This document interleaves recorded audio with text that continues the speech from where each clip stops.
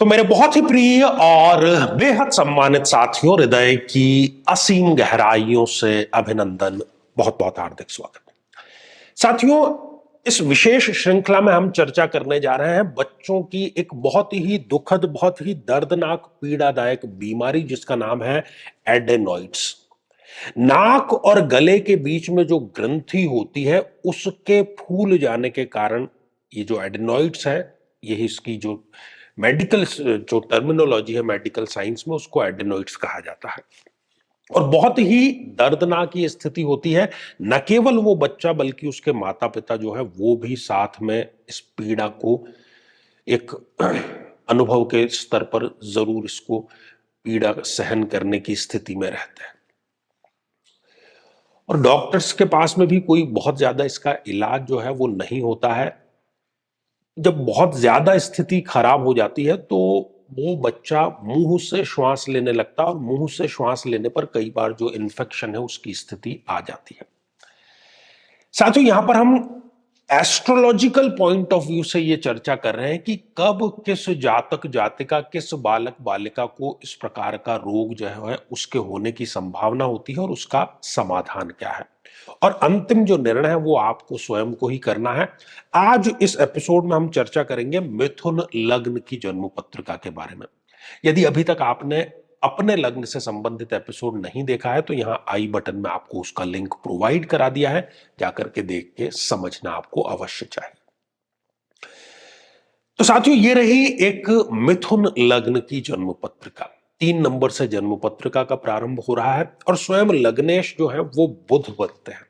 लेकिन बुध की ही कुछ परिस्थितियां ऐसी हैं जो ये एडेनोइड्स के विकसित होने और पीड़ादायक स्थिति तक पहुंचने के लिए जिम्मेदार होती है। साथियों, यदि बुध देव स्वयं छठे भाव में विराजमान हो जाए, ये रोग का भाव है, ऋण का भाव है।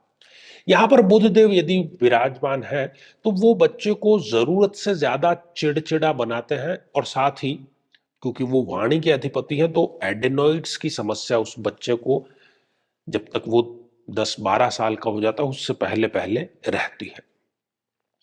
साथियों, यदि यही बुध देव अष्टम भाव में विराजमान हो जाएं तो ये चूंकि मृत्यु का भाव है, इसलिए ये एडेनोइड्स की समस्या या ईएनटी की समस्या जिसको हम कहते हैं, ये सीवियर स्तर तक चली जाती है, खासतौर पर यदि बुध की महादशा बालक को चल रही हो तो। साथियों, यदि बुध देव स्वयं उठ करके 12th हाउस में विराजमान हो जाते हैं तो इस बच्चे को लेकर के जो डॉक्टर के पेटे किया गया खर्च है, जो हॉस्पिटल के पेटे किया गया खर्च है, जो दवाइयों के पेटे किया गया खर्च है, वो बचपन से ही बहुत ज्यादा होता है। और एडेनोइड्स की जो समस्या है, यहां पर बैठा गया जो बुध है, ये इस बालक या बालिका को दे देता है। साथियों, बुध देव स्वयं यदि नीच राशि के हो जाए, नीच राशि के वो दशम भाव में होंगे, यदि यहां पर विराजमान है तो यहां पर भी वो बालक बालिका को एडेनोइड्स की न केवल समस्या देंगे बल्कि इसकी पढ़ाई में भी कहीं ना कहीं अस्त व्यस्तता, पढ़ाई में मन न लगना, एकाग्र चित्तता का भय, इधर उधर मन जरूरत से ज्यादा भटकना, इस प्रकार की स्थितियां जो है वो पैदा कर देते हैं। इसके अतिरिक्त आप देखिए साथियों कि बुध की डिग्रियां कितनी है, कितनी डिग्री के वो बैठे हैं। यदि बुध जन्म कुंडली में स्वयं 0 डिग्री के या 28-29 जैसी अंतिम डिग्रियों के हैं, और मैं बार बार बताता हूं कि 0 डिग्री मतलब एक नवजात शिशु हो गया और 28-29 डिग्री मतलब एक वयोवृद्ध हो गया, 90 साल से ऊपर के जितने पुरुष स्त्री हैं। तो ये दोनों ही जैसे अपने हर एक कार्य के लिए दूसरों पर निर्भर होते हैं, तो ये ग्रह भी अब दूसरों पर निर्भर हो जाता है, स्वयं शक्तिहीन हो जाता है। इस डिग्री के अंतर्गत जो बालक है वो गुमसुम रहता है, उसको कई बार अकेलापन पसंद होता है। इसके अतिरिक्त यदि बुध सूर्य के बहुत क्लोज कंजक्शन में है, अस्त अवस्था में है, तब भी वो रिजल्ट प्रदान नहीं कर पाते और ये जो एडेनोइड्स की समस्या है ये गंभीर स्तर तक बालक को भुगतनी पड़ती है। इसके अतिरिक्त तो 3 युतियां जो है वो भी यहां पर जिम्मेदार है, बल्कि सूर्य और बुध की तो युति की हमने बात कर ली, तो 2 युतियों की बात करेंगे कि यदि बुध और चंद्रमा ये दोनों यदि साथ में किसी भी भाव में विराजमान हो तो बचपन से ही जुकाम, सर्दी, सिर दर्द, इसकी समस्या बच्चे को रहती है। श्वसन तंत्र की कोई ना कोई समस्या रहती है। यदि इस जन्म पत्रिका में मंगल, जो कि एक अति मारक ग्रह है, वो बुध के साथ में विराजमान है किसी भी भाव में, तो भी वो बच्चे को रक्त विकार से संबंधित कोई समस्या देती है, श्वसन तंत्र से संबंधित कोई समस्या देती है, और चिड़चिड़ापन, क्रोध, ये सारी समस्याएं, और एडेनोइड्स उसमें एक एडिशनल हम जोड़ सकते हैं। तो साथियों, ये तो हो गई समस्या, और मैं स्वयं चाहता हूं कि आप अपनी कुंडली अपने सामने रखकर, या जिसकी बालक बालिका जातक की कुंडली है वो रख करके सामने जब आप एपिसोड देखेंगे, तो बात आपको बहुत गहरे ढंग से और अच्छाई से समझ में आएगी।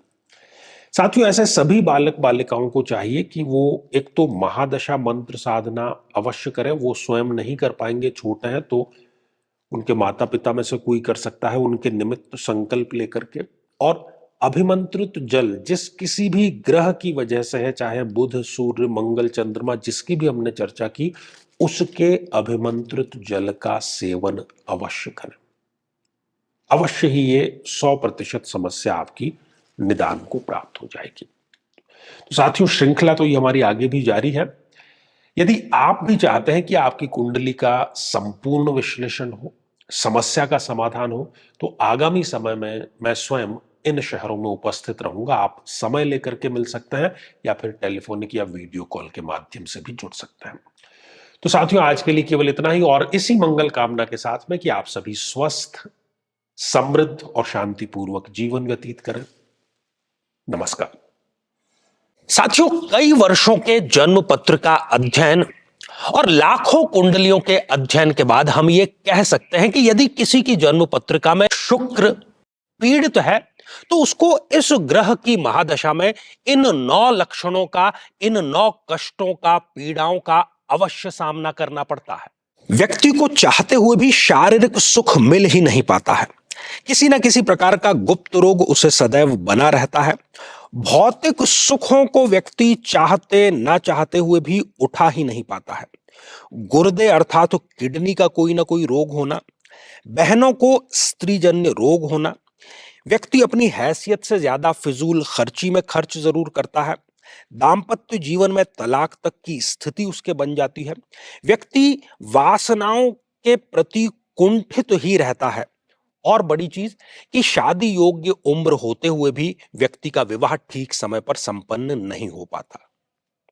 लेकिन साथियों, यदि आप भी इन सभी कष्टों से स्थायी और सटीक मुक्ति प्राप्त करना चाहते हैं, तो उसका तरीका है इस ग्रह की महादशा मंत्र साधना दीक्षा, जो विशेष रूप से आपके नाम, आपकी जन्मतिथि के अकॉर्डिंग की जाएगी, और गुरु दीक्षा के माध्यम से अभिमंत्रित माला भी आपको प्रदान की जाएगी, ताकि न केवल ये सारे कष्ट दूर हों, बल्कि ये पूरी की पूरी महादशा आपके लिए शांतिदायक और सुख समृद्धिदायक साबित हो।